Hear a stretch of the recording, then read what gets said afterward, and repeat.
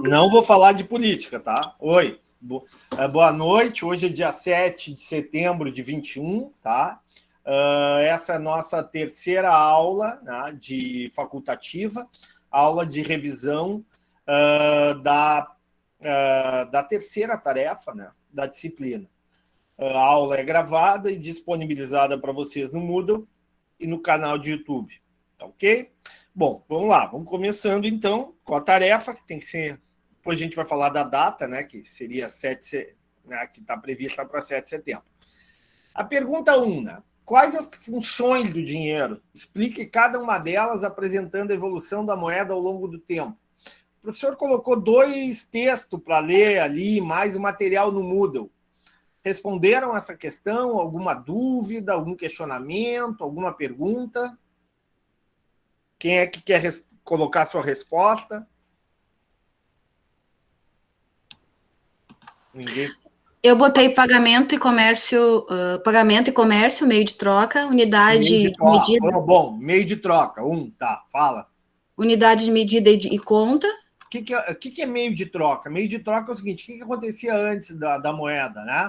Eu criava galinha, Jaqueline criava, sei lá, plantava trigo, né? Só que eu não queria trigo, eu queria ovos, ou eu queria carne.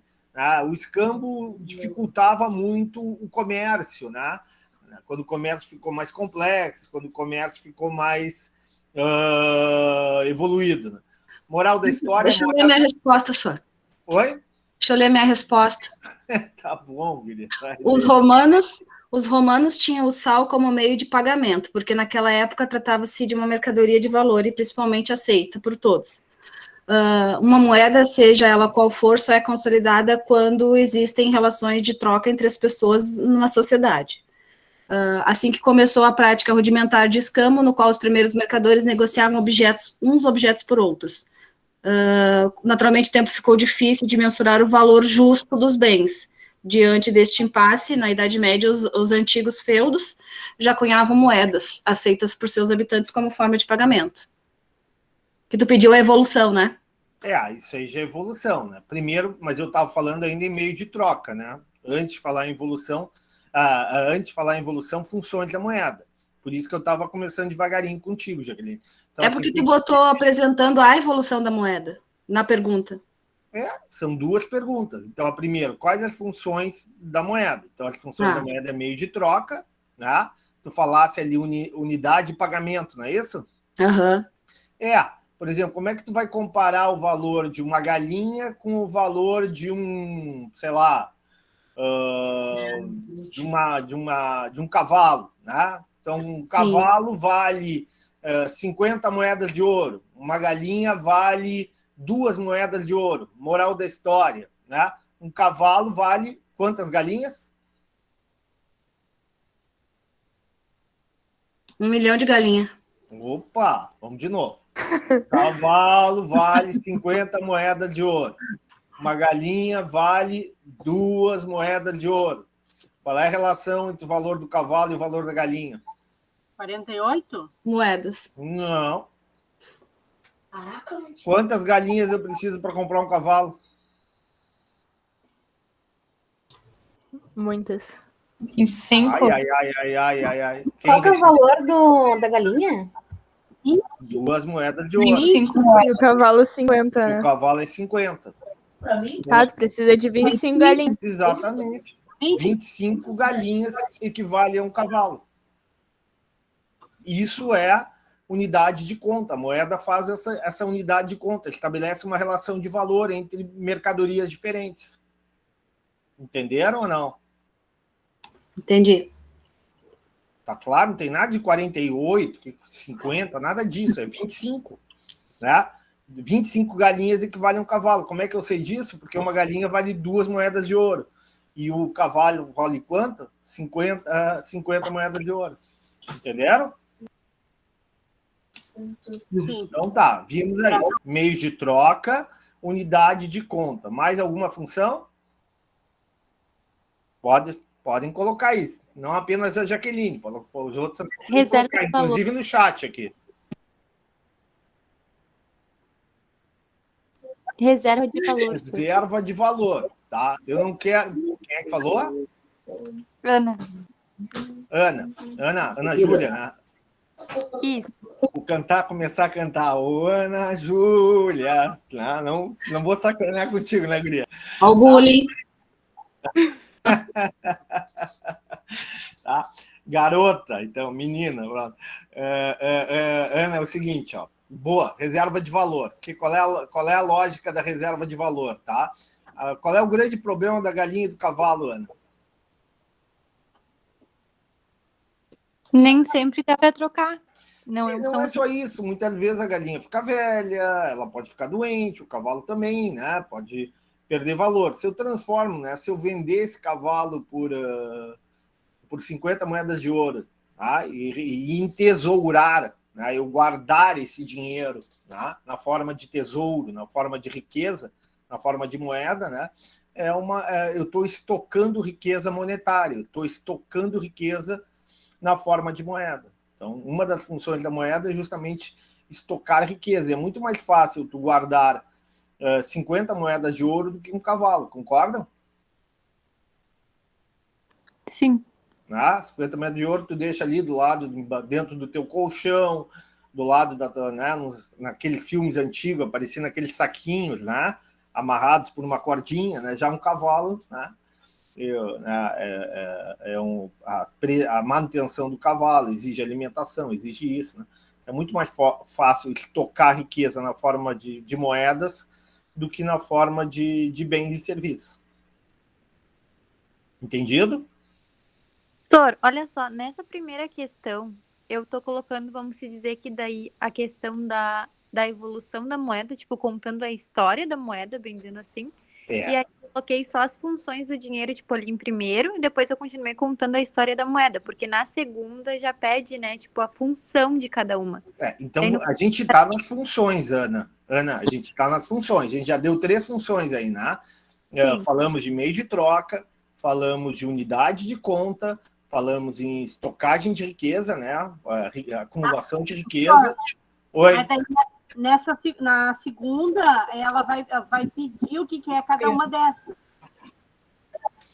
Eu não estou falando o que é, justamente, quais as funções do dinheiro. Então, meio de troca, estoque de riqueza, unidade de conta. Tá? E aí, eu tô, além de falar, eu estou comentando cada uma delas.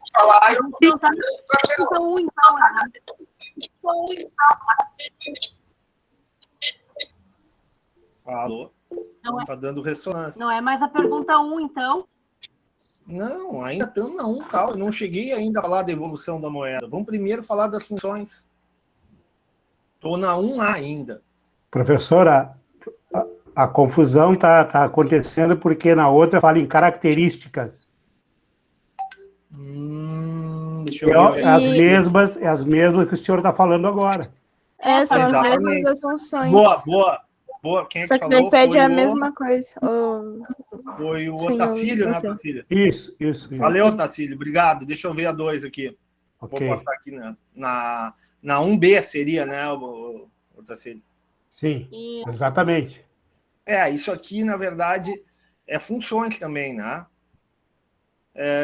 Na verdade, está misturado. Perfeito. Quando a gente responde, enquanto eu estou respondendo a 1A, na verdade, eu estou respondendo a 1B também. Está respondido ou não? Tá, senhor, então não seria... Agora clareou, professor. Agora ficou beleza. Tá ótimo. Fala, um por vez aí, pessoal. Quem é que... Levanta a mão aí que eu falo. A Ariadne. Fala, Ariadne.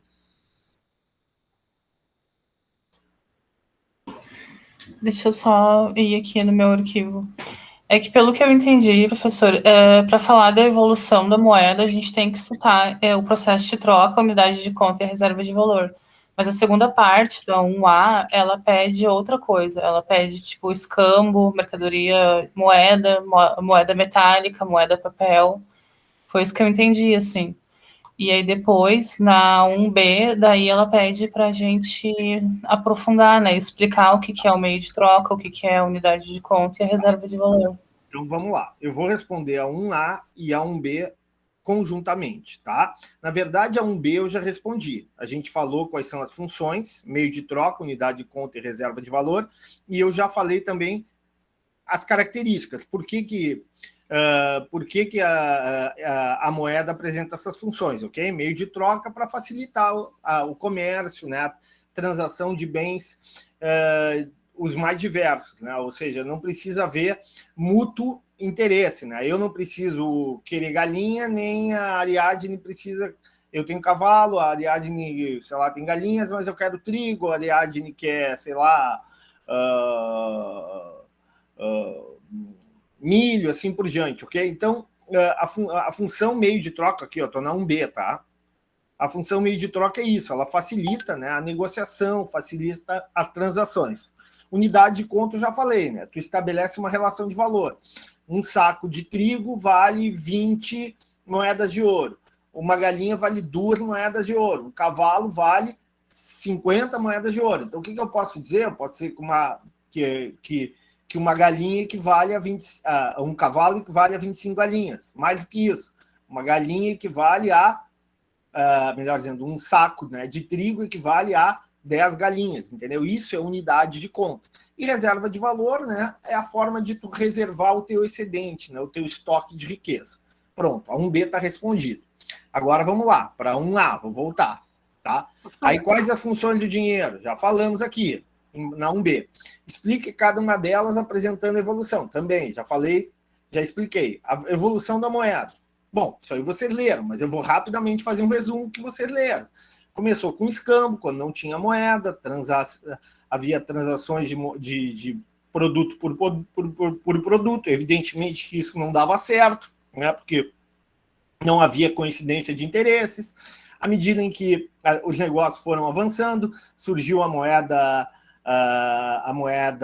mercadoria, né, que a Jaqueline falou lá, o sal, o charque, dependia da região, né, de cada região tinha uma moeda mercadoria, né, o sal, o charque, que mais que podia ser moeda mercadoria, conchas, né, podia ser moedas mercadorias, depende da localização, se era uma comunidade que vivia mais perto do mar, se vivia no interior, assim por diante. Bom, isso era moeda mercadoria. Mas qual era o problema da moeda mercadoria? Por exemplo, o sal. Sal tinha um problema. Se o cara entrava na água, deixava cair o saco de sal na água, o que acontecia com o sal? Desmanchava. Desmanchava. O charque. Qual é o problema do charque? Estragava. O charque é carne de sol, né? No Nordeste eles chamam de carne de sol, aqui a gente chama de charque, né? Se bem colocado, se bem, né, salgado, até dura, mas à medida que ele vai ficando com mais tempo, o charque vai ficando mais, né, não tem uma homogeneidade o charque não é homogêneo, a qualidade depende da qualidade ali, desse processo de salgar, né? Do pedaço, do boi, assim por diante. E depois a concha, né? A concha também podia quebrar, podia ter uma lasquinha, assim por diante. Então, não era exatamente a melhor forma de moeda. Depois disso surgiu o quê? A moeda metálica, né? O ouro, o prata, o bronze. Quanto mais valioso fosse o metal, né? No caso, o valioso está pela finalidade dele, no que ele pode ser usado, pela beleza e pelo escassez. Nessa relação, qual é o mais escasso, o mais belo e o mais que tem funções importantes, inclusive para a atividade industrial? O que é TCC? O que vocês acham? Ouro, prata ou bronze? O ouro. O ouro, né? Então, o que aconteceu? O ouro tinha maior valor, a prata, né, tinha maior abundância, né, e o bronze, então, bem mais abundante. Então, tanto é que é assim nas Olimpíadas, né? Não é à toa que o cara que ganha medalha, tira o primeiro lugar, ganha medalha de ouro, né? Que é o mais, que tem o valor mais alto. Bom, então o que acontece? As moedas começaram a ser cunhadas em ouro, prata e bronze, ou seja, tinha um valor ali, né? Vamos supor em ouro, tá? Cada moeda tinha uma determinada quantidade de gramas de ouro. No início, quem fazia isso eram casas particulares, bancos privados, né? Só que não dava muito certo, começou a ter diferentes tipos de moedas, com diferentes quantidades, né, de ouro colocadas, né, introduzidas dentro de cada moeda. E aí o que aconteceu? O governo, né, os estados nacionais, os reinos começaram a cunhar moeda, né? No início cunhavam moeda e com ouro, moedas em prata, moedas em bronze. À medida que foi avançando o tempo, as moedas começaram a não ser cunhadas em ouro, mas ser lastreadas. O que é o termo lastrear? Ó? Isso aí vem da marinha, vem de uma linguagem marítima. O que é lastrear, pessoal? Alguém sabe? Lastrear deve ser só em volta, né? Por fora, talvez. Não, o lastrear é o seguinte, eu vou te dar a palavra, Adriana. Tá? O lastrear significa de que elas estavam, digamos assim, correspondida. A palavra é boa, gostei do Ian. A palavra correspondida, ou seja, estavam associadas, estavam condicionadas a uma determinada quantidade de metal precioso. Então, a moeda tinha lá, estava lastreado, tinha um ouro, né, depositado lá no banco, e em troca tu recebia moeda, tu recebia papel. Bom, aí aconteceu o seguinte, à medida que a economia foi avançando, o volume de transações, o volume de moedas, o volume de papel começou a ficar muito, muito, muito maior do que a quantidade de ouro existente nos bancos. Tá? E aí, então, até o século XIX, início do século XX, a moeda era conversível para o ouro, né? para a prata, ou seja, tu podia chegar no banco e dizer, não quero mais o papel, não quero mais a moeda, eu quero transformar essa moeda, seja papel moeda ou moeda metálica, né, em ouro ou prata. Isso era possível.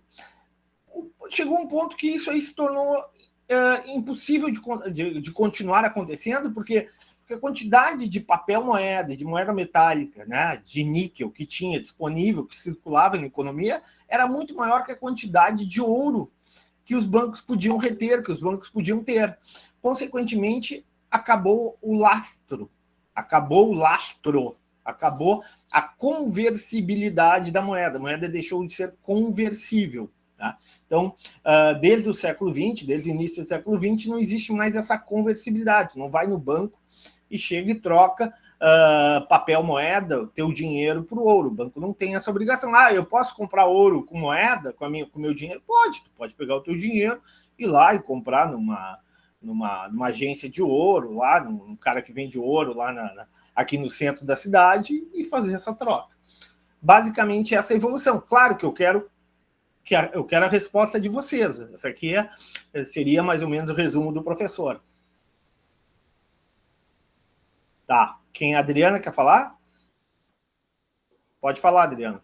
Não, eu tinha levantado antes para responder, no caso ali a B, mas o senhor ainda está na A falando, era só para ver se estava certo o que eu tinha colocado também, nas definições ali, né, que pede para detalhar as características ali do meio de troca, unidade de conta e tal.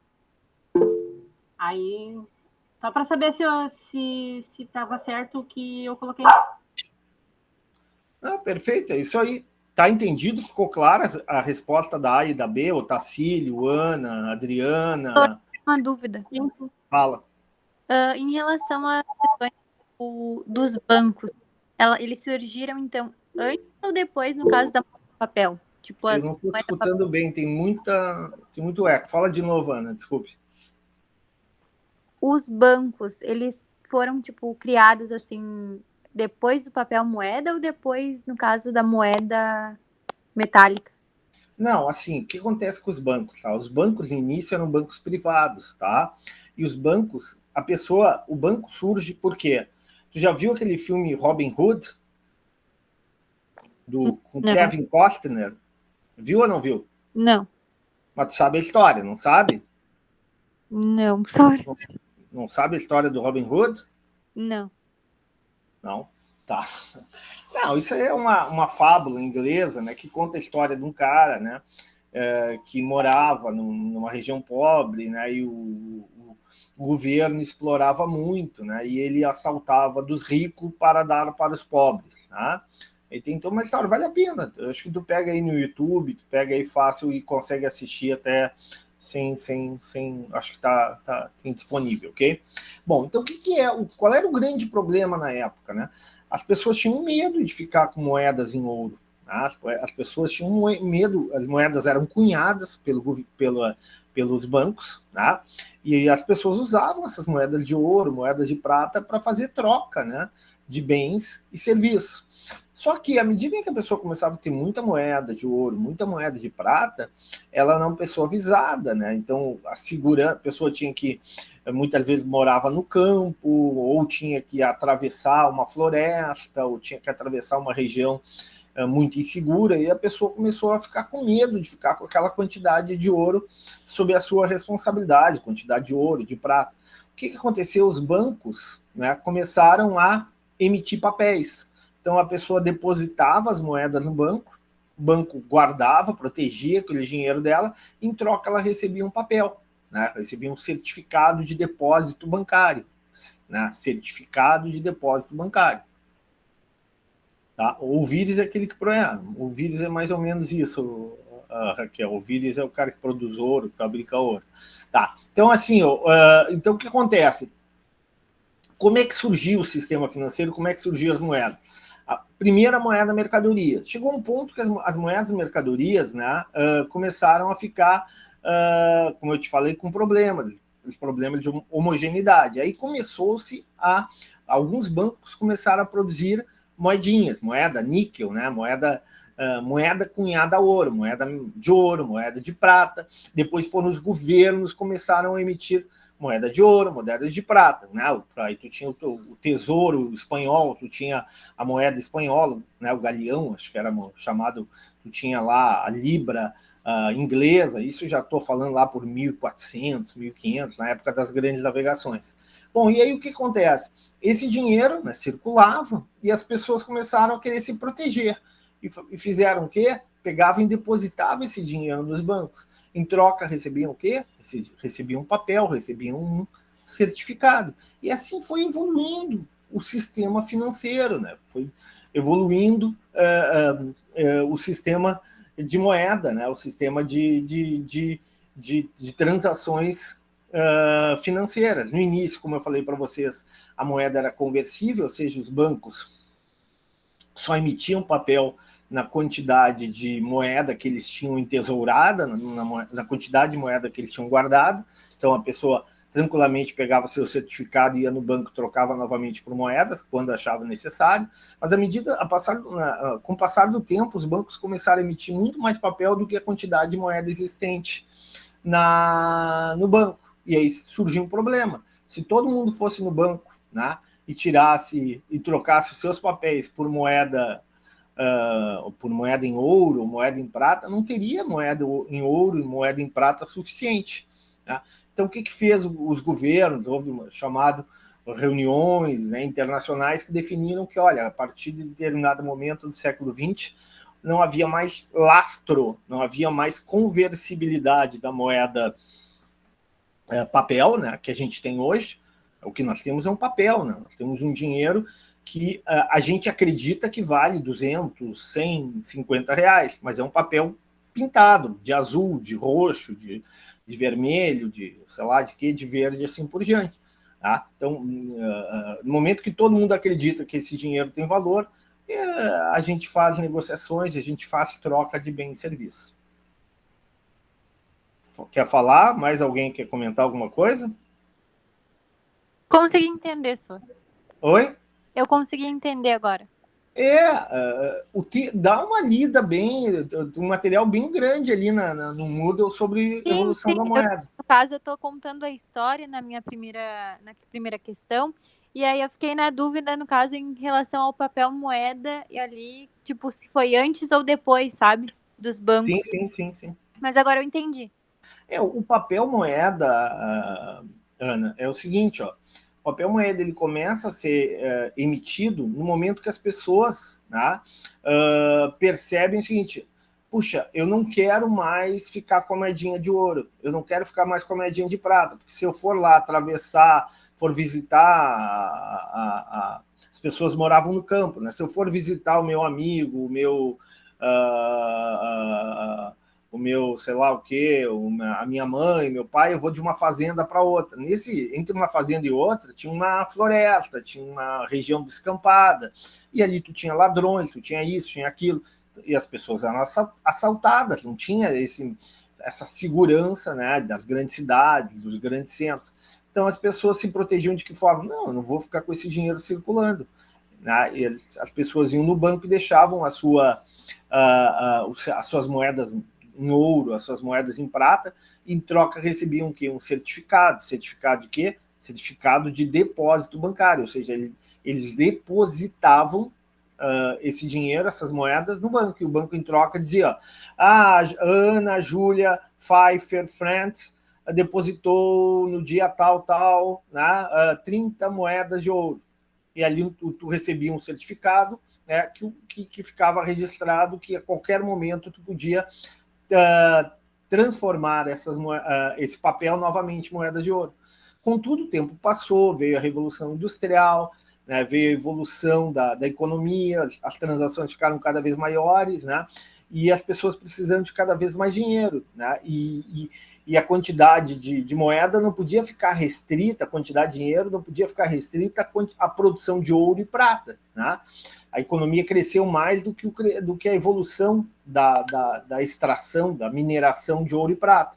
Moral da história, chegou um ponto que simplesmente, né, os governos chegaram, não, agora não tem mais conversibilidade, né? Tu não vai converter, tu não vai simplesmente chegar no banco e chegar, olha, eu tenho R$2.000, quero transformar esses R$2.000 em uma barra de ouro. Isso não tem mais, né? Então, a moeda não está associada hoje a um lastro, né, a uma conversibilidade. Respondido? Perguntas? Rosângela, está respondida? Podem responder pelo chat.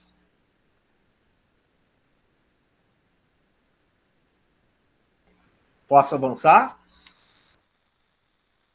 Rose, tudo tranquilo? Pode, senhor. Vamos lá. Tá. Então, a 1A e a 1B já foi. 2. Quem é que respondeu essa? A C, no caso, senhor. É a C, a 1C. Tá, lembrando o seguinte, para todo mundo, moeda, o que eu falei em aula, pessoal? Moeda é o papel moeda em poder do público, é a cédula que a gente tem, tá? É a moedinha que nós temos, que é o troco que a gente tem lá para pagar, sei lá, o leite, para pagar o pão, né, o pãozinho, assim por diante, ok? Então, moeda é esse dinheiro que nós temos no bolso, né, na forma de níquel ou na forma de papel moeda, aí o lobo-guará, a onça pintada, não sei o quê, o papagaio, arara azul, assim por diante, tá? Ok? Isso é moeda. E a outra forma de moeda é o dinheiro que a gente tem em conta corrente. É o dinheiro que a gente tem em conta corrente. Ou seja, o dinheiro que a gente tem na conta do nosso banco. Então, vamos supor que eu tenha R$1.000 na minha conta corrente no banco, tá? Eu tenho conta no Banrisul, eu recebo pelo Banrisul aqui na UERGS, tá? Vamos supor que eu tenho agora, nesse momento, se eu for tirar um extrato no Banrisul, eu tenho R$1.000 na minha conta corrente e tenho aqui no meu bolso mais de R$250 em notinhas e moedinhas. O total de moeda que o professor tem é 1.250. Ah, professor, e o cartão de crédito e o cartão de débito? Isso aí não é moeda. Isso aí são formas de transação, né, de negociação da moeda.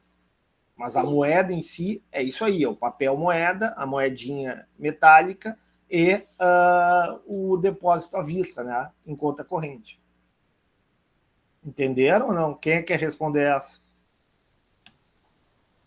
Quem é que levantou a mão? Adriana, fala, Adriana. Não seria para responder exatamente, mas tipo, para perguntar, no caso, a moeda virtual, ela pode ser contada junto O como que uma tu chama de moeda virtual? Bitcoin? Tipo bitcoins, essas moedas que estão entrando no mercado virtual agora. O Bitcoin não é forma de moeda. Bitcoin é uma moeda não regulamentada, né? É uma moeda, digamos assim, pode ser moeda eletrônica, moeda virtual, isso é moeda, né? O Bitcoin é uma moeda, né? Tu pode negociar Bitcoin na forma de cartão de crédito, utilizando cartão de débito, né? Não necessário. O Bitcoin, a moeda, né? Porque existe a moeda física Bitcoin, não existe? Não sei, existe? Existe, pode ter, entendeu? A moeda física. Mas o que é o Bitcoin? Eu tenho lá no banco 18 mil Bitcoins, tá? Lá no banco não, lá digamos assim, no sistema de negociação de Bitcoins eu tenho 18 mil Bitcoins. Isso é moeda. Só que não é moeda pública, não é moeda regulamentada, não é moeda regulada, não é moeda controlada pelo governo. É uma moeda que é negociada no mercado paralelo. Aliás... Mas não entra no federal, lá no... Como é que é? Na Receita? Oi? Não é passado pela Receita Federal isso aí, essa movimentação? O governo não controla a oferta de moeda de Bitcoin, mas tu tem que declarar que tu tem Bitcoins para a Receita. Toda vez que tu faz a declaração, tu vai declarar porque é uma forma de riqueza, tá? Mas o governo não, diferentemente do real, né, o governo americano que controla o dólar, né? O dólar, o real, o peso argentino, o euro, não é uma moeda regulada, não é uma moeda cujo controle da oferta de moeda é dada pelo governo. Quem determina isso é um algoritmo, né? Tu tem um algoritmo que gera o crescimento dessa moeda, em função do quê? De uma previsão de crescimento da demanda por essa moeda. É um mercado paralelo, um mercado não que seja ilegal. Aliás, tem 2 notícias sobre Bitcoin. Já vou te dar a palavra, Jaqueline, tá? E depois para a Marina, tá? Tem 2 notícias essa semana. Primeiro, de uma fraude que aconteceu no Rio de Janeiro, tá? Na forma de pirâmide. Eu não vou conversar muito com você sobre isso, eu posso conversar na sala de aula amanhã e na sexta e explicar melhor como é que acontecem essas pirâmides no mercado de bitcoins. Até vale a pena conversar um pouco, mas daí é mais demorado, 20, 30 minutos. Aliás, tem um vídeo ali no Moodle muito interessante sobre Bitcoin. É bem curtinho, vale a pena assistir. Oi? Estava dando uma olhadinha por isso. Tá. Tem uma olhadinha e tem outro país, já ouviram falar de um país chamado El Salvador? Sim. Qual é a capital de El Salvador? Onde é que fica El Salvador? Agora pegou. América Central é El Salvador. El Salvador é o país, San Salvador é a capital, tá? Fica na América Central, fica ali bem grudadinho com Honduras, bem pertinho da Nicarágua, Costa Rica, assim por diante, ok? Bom, esse país há muito tempo já não tinha moeda. É um país pequeno, né? Um país bem pequeno, né? Economia bem rudimentar, basicamente uma economia agrícola e uma economia de serviço, e a moeda oficial era o dólar. Não é muito bom isso, tá? Um país como o Brasil é inviável transformar uma moeda estrangeira, um tamanho da economia brasileira, usar uma moeda estrangeira como moeda do país. Mas um país pequeno, como é El Salvador deve ter no máximo 6, 7 milhões de habitantes, né? 6.454 milhões. Oi? 6.454 milhões. Acertei, então, né? Então, assim, um país pequeno, com um território que é do tamanho da grande Porto Alegre, né? Daqui até, sei lá, Santa Maria, daqui até Passo Fundo, é pequeno, né? É um território pequeno e com população pequena. Eles adotaram, já faz alguns anos, mais de 10 anos, a moeda, o dólar como moeda. Bom, mas agora, essa semana, o governo, o El Salvadorenho, né, adotou, além da moeda, do dólar como moeda, adotou o Bitcoin como moeda. Tá? Há uma discussão no país se isso vai ser bom ou não para a economia, né? O governo diz que não é obrigatório, que se as pessoas quiserem negociar em Bitcoin, pode negociar. Se as pessoas quiserem continuarem negociando em dólar, podem continuar. Mas há uma discussão sobre os efeitos, né, de transformar o Bitcoin como moeda nacional, até mesmo porque o governo não controla a oferta de moeda de Bitcoin. O aumento da oferta de Bitcoins é dado por um programa matemático, por um algoritmo, né, que vai expandindo essa oferta, acreditando que haja uma expansão da demanda. Se o crescimento da demanda é maior do que a oferta de Bitcoins, o preço do Bitcoin sobe. Se o crescimento da oferta é maior que o crescimento da demanda para o Bitcoin, o preço do Bitcoin cai. Fala, Marina. Oi. Eu não sei se a dúvida é pertinente, tá? Mas... Tudo é pertinente. Economia, a gente está aqui para aprender. Tá. Essa questão até que tu falou do El Salvador, né? Cada país, ele tem uma moeda fixa? Assim, ou tem países que têm mais de uma moeda fixa utilizada? 99% dos países tem uma moeda, tá? Cada país tem a sua moeda. 99%. Tem alguns países que adotaram o dólar como moeda. Assim, geralmente são países pequenos. Não sei se o Equador também. Parece que o Equador tinha adotado o dólar como moeda. Geralmente são países muito pequenos, economias muito pequenas. Não, né? Agora tem o caso da Europa, né? Tu tem a União Europeia, aí é diferente, né? A União Europeia adotou o seguinte: vários países adotaram uma única moeda, que é o euro. Então, Espanha, Portugal, Itália, Alemanha, França, e por aí vai. E outros países, né, acho que Turquia, Grécia, né, adotaram como moeda o euro. Né? Eles tinham a moeda deles. Né? O Portugal era o escudo, a Espanha era a peseta, a França era o franco, a Alemanha era o marco, a Itália... Oi? No Equador é o dólar. O Equador é o dólar. Mas o Equador já é uma economia maior, bem maior que El Salvador. Então, assim, normalmente um país tem uma moeda. Pode acontecer como o Equador, El Salvador, que o país deixar de ter a sua moeda, né, e passar a sua economia a ser controlada por uma moeda maior. Geralmente, o que eles fazem? Qual é a moeda que eles usam? A moeda mais forte possível. Qual é a moeda mais forte possível, Marina? É o dólar. É o dólar, então eles usam o dólar. No caso de El Salvador, ele avançou um pouco mais. Ele está dizendo o seguinte: olha, além do dólar, aqui o comércio, o governo, por exemplo, vocês vão poder pagar para o governo o imposto em dólar. Né? Além de pagar em dólar, pode pagar também em Bitcoin. Entendeu?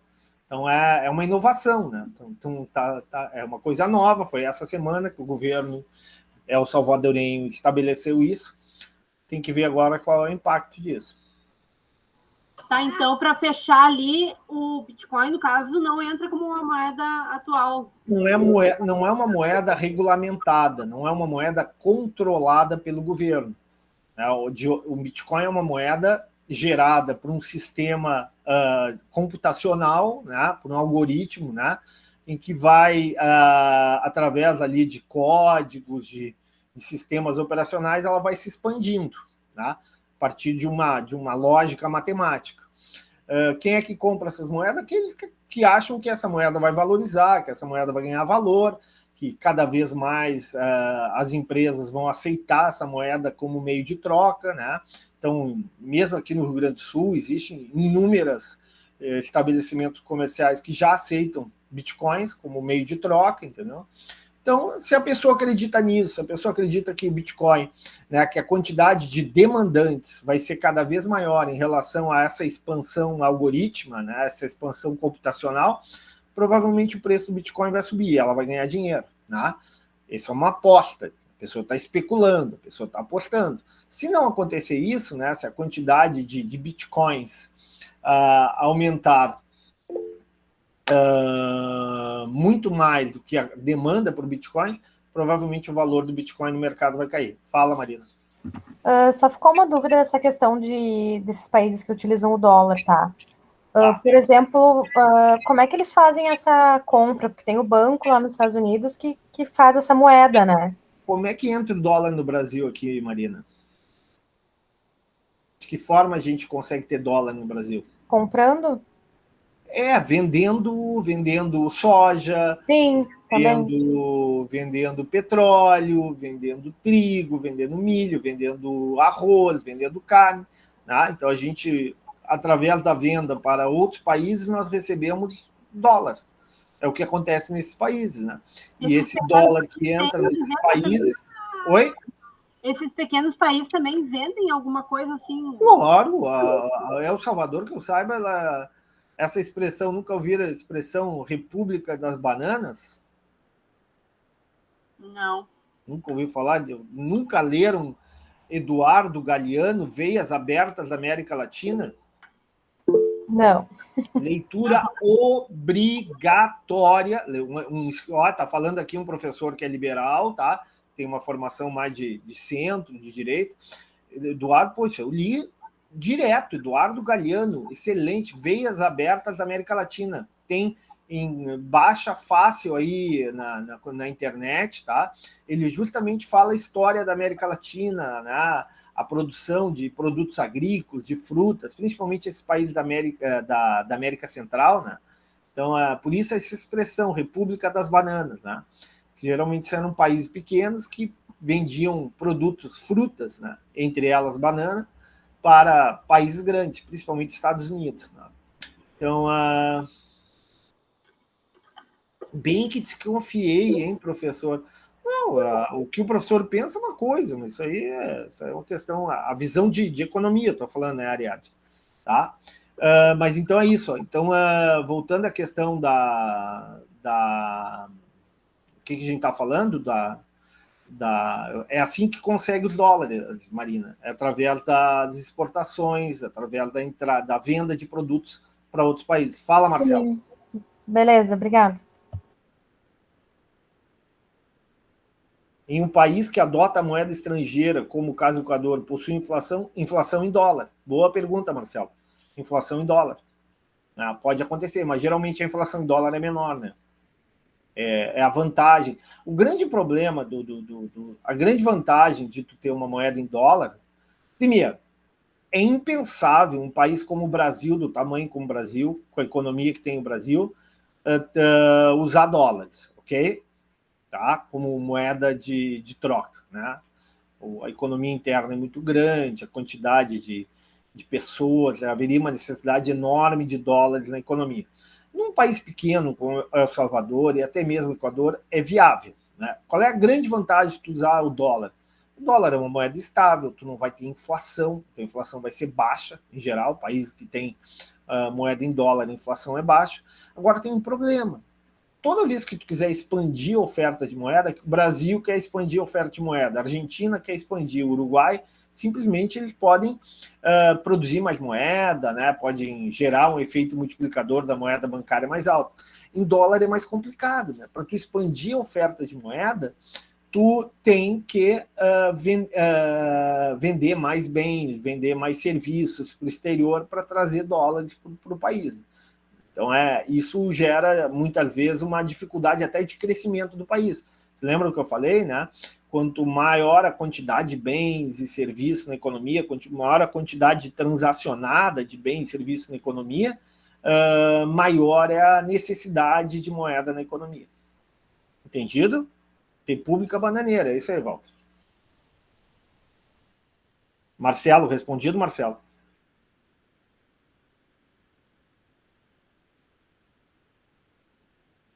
Ok, não respondeu, mas acho que sim. Tá, mais algum questionamento, mais alguma dúvida? Vamos continuar aqui no exercício? Professor, eu coloquei ali o papel moeda, né, que foi o que a gente já falou, e tu falou nas moedas bancárias, eu achei a palavra moeda escritural. Mesma coisa, moeda escritural e moeda bancária é a mesma coisa. Tá. Escritura, porque quem é que está falando? Jaqueline. Jaqueline? Sim. Tá. Jaqueline, é o seguinte, ó, o que é a moeda? Por que a moeda bancária é chamada de moeda escritural? Porque antigamente não tinha computador, Jaqueline. O que acontecia? Esse cachorro é brabo, hein, Jaqueline? Professor, e tem cachorro aqui. Quem é o barulho? Não é teu? do cachorro? É, sim, meu. Tenho 8. Tem 8 cachorros? Tá, então é o seguinte, o que acontece, tá? Antigamente não tinha computador. Tá? Antigamente eu falo, não no nosso tempo, né? Porque nós temos uma idade parecida, né? Mas, sei lá, 30, 40 anos atrás, quando nenhum de nós estávamos presentes nesse mundo, né? Bom, e aí acontece o seguinte, ó. Antes do computador, o professor, eu me lembro, tá? Agora falando sério, eu comecei a ver computador, já falei do filme do Steve Jobs, né? Na verdade, computador pessoal, personal computer, por isso o nome PC, né? Personal computer, computador pessoal, começou lá por 80 e poucos, né? Eu me lembro, e era muito caro, né? Eu tinha um amigo meu, na época de colégio, que tinha um TK-85. O TK-85 era uma espécie, um primeiro tipo de computador pessoal. Também ele tinha lá, de família de mais dinheiro, ele tinha um Atari, tinha um videogame também, né? Tudo isso aí muito incipiente. Mas computador pessoal, grandes computadores, começaram ali na década de 70, né? Nos Estados Unidos, ali um pouquinho na década de 60. Mas antes disso, antes da década de 60, 70, e realmente o professor não estava aí, né? Na década de 70, o que acontece? O que acontecia? Os bancos não tinham computador para registrar, para contabilizar o dinheiro que entrava e saía. Aí tu tinha grandes livros, tinha livros enormes, os bancos tinham, né? Livros de registro, onde eles faziam a escritura do dinheiro. Por isso que é moeda escritural. Entendeu? Sim. Fazia lá o funcionário do banco, tu deixava a moeda lá, sei lá, 10 moedas de ouro. Era uma anotação. Era uma anotação, por isso escritura, né? Ou seja, tu registra no banco, lá no livro do banco, que Ricardo Letícia Garcia, no dia 10 de fevereiro de 1947, foi no banco da província do Rio Grande, sei lá se existia esse banco, acho que existia, tá? E depositou na sua conta, sei lá, 1.000 contos de réis. Tá? Pronto, ali ficava registrado. Aí o Ricardo, no dia 16 de fevereiro, na sua conta retirou 200 contos de réis, ficando um saldo de 800, entendeu? Então, era moeda escritural, tá? A moeda tinha escritura, que tinha registro. Mas hoje, então, quando a gente faz uma transferência, também seria uma moeda escritural, né? Porque eu estou escrevendo aqui, ele está recebendo lá. Exatamente, só que agora é por meio eletrônico. Né? Eletrônico. Não tem papel, não tem assinatura, não tem registro, mas o registro, na verdade, ele está no computador, né? Está no sistema. Né? Sim. Continua sendo chamado de moeda escritural. Tá bem. Entendeu, Jaqueline? Entendi. Não sei por que essas risadas aí, tanto da Jaqueline quanto da Adriana. E da Ariadne também. É porque a gente tá lembrando aqui de que em 1970 eu acho que eu já estava aí. Tu já estava aí, Jaqueline? Eu acho que em 1976 eu já estava aí. Não acredito nisso. Isso é intriga da oposição. E se eu já estava aí, o professor também já devia estar aí. Assim, vamos combinar o seguinte, as garotas aqui da nossa sala só nasceram depois no século XXI, são todas novas, tá? Não, o professor já estava aí, sim. O professor nasceu, pessoal, em novembro de 68. Tu tem idade. Tem idade do meu pai, senhor. Bem novinho. Teu pai tem 52, né? Aliás, diz para o teu pai que ele nasceu no ano mais importante do século passado, que foi a Revolução Educacional na França, quando os estudantes franceses se rebelaram quanto ao método de estudo, né? O que se estudava, o que se educava nas escolas francesas, nas faculdades francesas. Que diz que 68 é o ano mais importante do século passado. Na real, meu pai nasceu em 67 e minha mãe em 68, mas eu vou falar pra ela. Então eu e tua mãe nascemos no ano mais importante do século passado. Ai, que chique. Mas isso é bobagem, vamos lá, pessoal, não interessa isso. Tá, o senhor já estava de corpo presente. Já, a Tainá de 2000, né? A Tainá é novinha. Vamos lá, a minha filha, Tainá, é 2004. Tá? Minha filha tem que idade? Ela tem 16 para 17. A Amanda é de 2, viu? Então o professor é veião, o professor é coroa. Tá, vamos lá. Isso aí é coroa na idade, mas não no espírito. Adriana de quanto? Adriana de 86, 86, plano cruzado. A Ariadne, 89, tá? Derrubaram o muro de Berlim. Tá, vamos lá. Que mais? Mais alguma questão? Mais alguma dúvida? Questão 2. Já falei. Professor, eu acho que a gente não teve essa aula aí de moeda e quase moeda. Isso aqui é bem fácil. Eu vou falar um pouquinho para vocês, tá? Porque moeda eu já falei o que é, né? É o papel moeda em poder, né? O papel moedinha. Professor, eu botei alguma coisa referente ao material que eu fui vendo assim. Posso falar? Pode. Sobre a diferença de moeda e quase moeda, eu botei que a moeda ela é usada diariamente para a compra de bens e serviços de outras pessoas, tipo de riqueza aceita por vendedores em troca de bens e serviços e de maior liquidez existente na economia. Já a quase moeda são ativos que possuem características de medidas de valor, não são utilizados como intermediário de troca, no caso, como os títulos federais, por exemplo.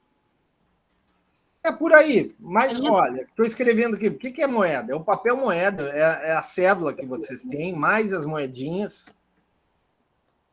tá? Mais o dinheiro que a gente tem na conta corrente. Isso é o conceito de moeda. Por que é esse aí o conceito de moeda? Porque isso é chamada de moeda. Por que é chamada de moeda? Porque tem liquidez absoluta, não rende juros. Tá? Se a gente deixar dinheiro na conta corrente, rende juros? Sim ou não? Na conta corrente rende juros. Opa! Não rende. Na minha rende. A minha rende no Nubank. A minha também rende. Tá. Foram integradas com poupança. Poupança que rende só, eu acho. Não, mas a minha do Nubank rende também. E a corrente. Só rende Mas na geralmente corrente é de poupança. quando a gente não usa na corrente. Aí. Não, rende bem menos, né, na conta corrente, mas em alguns bancos rende. Tá, todos estão certos, tá? O que vocês têm é o seguinte, vocês têm uma conta corrente vinculada à poupança, né, chamada conta remunerada, não é isso?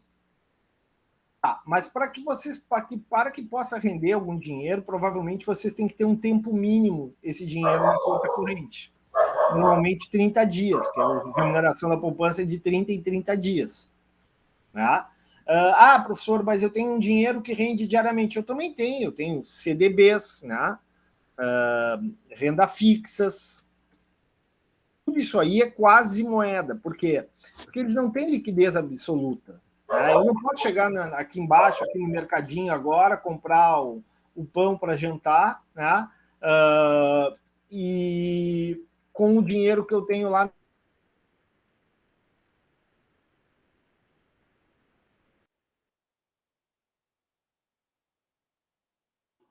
Travou, senhor? Tá mudo. O senhor travou.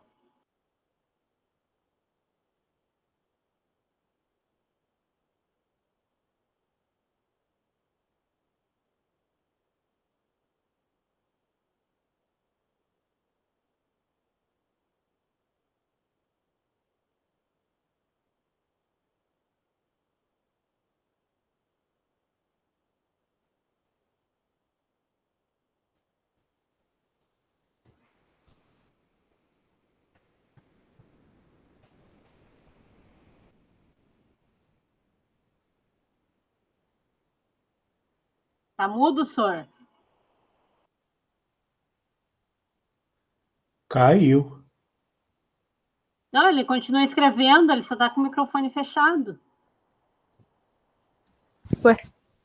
Ele estendeu o prazo de entrega de hoje ou não? Não. Não, até meia-noite. Nossa, Triste. tem que suspender o vinho, então. Ai, adorei.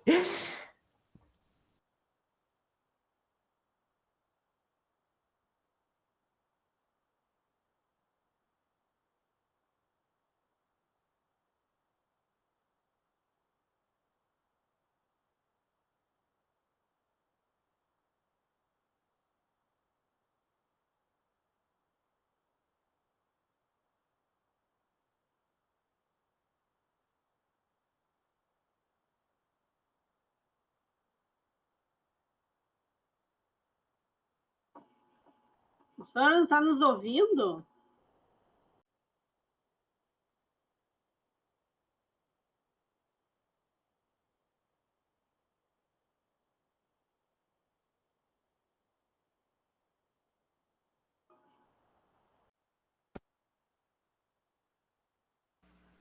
Alô? Voltou? Agora sim, senhor. Estão falando? Não, estávamos esperando o senhor Alô? falar. Meu som tá alto. Continuo Tá. sem som, Rose? Ouvindo. Eu continuo, mas eu não estou ouvindo vocês. Está ouvindo, senhor?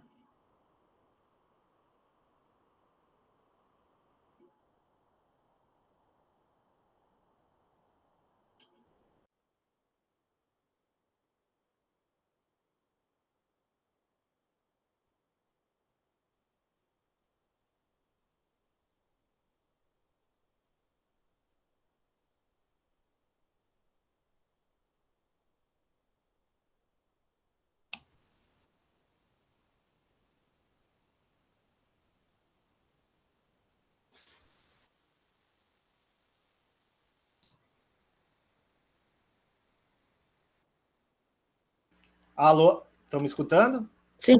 Tá. Sim. Onde é que eu parei Sim. Eu tenho que agora compartilhar de novo o arquivo, né? O senhor estava falando que ia aumentar o prazo, senhor, do trabalho Não de era hoje. isso que eu estava falando, nada disso. Isso é boba, porque Ia passar para amanhã, meia-noite. não sei. Pra semana que vem, é meia-noite. Aham, vai nessa, vamos acreditando. Tá, isso no final a gente conversa. Entenderam? Onde é que eu parei na diferença entre moeda e quase moeda? Na quase moeda que ela rende juros.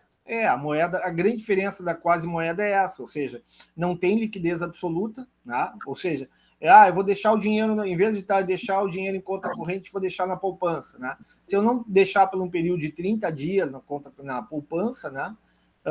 Eu não rendo juros. Mais do que isso, eu não posso pegar o dinheiro que eu tenho hoje na minha poupança, vamos supor que eu tenha 100, 200, R$1.000 na minha poupança, e queira utilizar de forma automática para pagar, sei lá, uma conta de luz, uma conta da tarifa. Primeiro eu tenho que tirar o dinheiro da poupança, passar para a conta corrente, para depois fazer um Pix, por exemplo, que é uma transação de conta corrente para conta corrente. Tá claro a diferença entre moeda e quase moeda?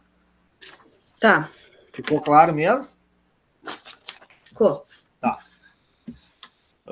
Que mais? Bom, então a 2 já foi. A 2B. Isso aqui a gente falou, né? Você lembra que a gente falou? Falou. Motivo transação, motivo precaução, motivo especulação, né? Circular, especular e precaver. É isso.